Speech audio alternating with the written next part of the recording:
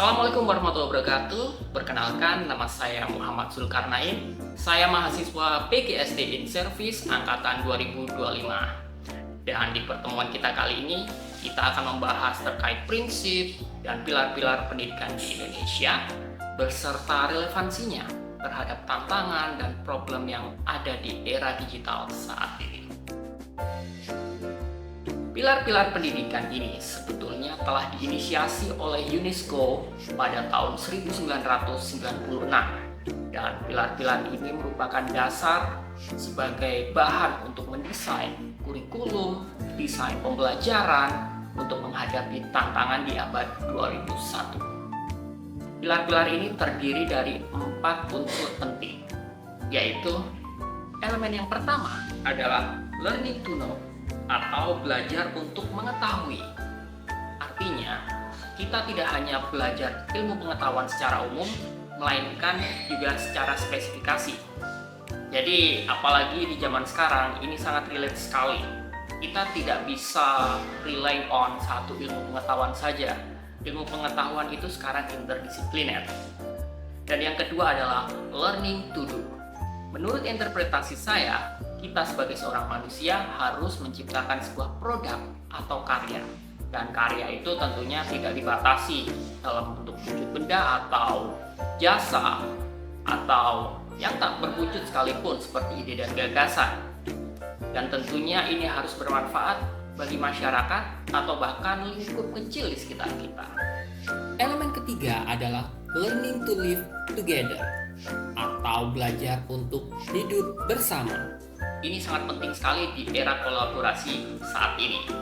Dan collaboration itu merupakan salah satu dari 4C yang juga ditelurkan oleh United Nations dan UNESCO.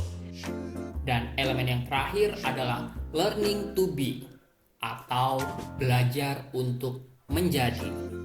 Jadi di sini maksudnya kita tidak harus cukup untuk memiliki kecerdasan intelektual, melainkan juga kecerdasan emosional.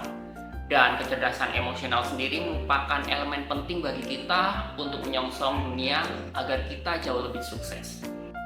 Itu tadi 4 pilar utama pendidikan secara global. Dan kita bisa merangkum semuanya menjadi pembelajar sepanjang hayat. Dan campaign ini sudah lama terjadi di dunia pendidikan kita. Dan salah satu tokoh utama pendidikan kita adalah Ki Hajar Dewantoro. Beliau punya 3 prinsip pendidikan.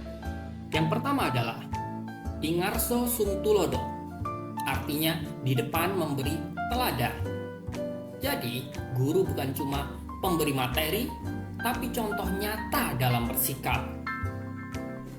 Yang kedua adalah Ingmadio Mangunkarso. Di tengah membangun semangat dan guru hadir di antara murid untuk merangkul dan memotivasi, bukan untuk mendikte. Dan yang terakhir adalah Tutwuri Handayani. Dari belakang memberikan dorongan. Artinya, memberi ruang bagi anak untuk mandiri dan berkembang sesuai kodrat alam dan kodrat zamannya. Meskipun 3 prinsip dari Ki Hajar Dewantoro ini sudah sejak lama, sejak puluhan tahun yang lalu ada, namun menurut saya tetap relevan, bahkan semakin relevan di era seperti sekarang. Jadi di bagian akhir ini, saya mencoba untuk merefleksi secara singkat bagaimana peran seorang guru, terutama sebagai guru sekolah dasar, yang mana di tahun ini saja generasi beta telah lahir. Dan gap generasi ini di era informasi yang sangat deras sekali, kemajuan teknologi semakin mendisrupsi pendidikan kita harus terus tanggap. Kita tidak boleh alergi dalam memanfaatkan teknologi seperti AI dan hal-hal lainnya. Itu tadi sedikit analisa dan interpretasi dari saya. Sampai jumpa di pertemuan selanjutnya.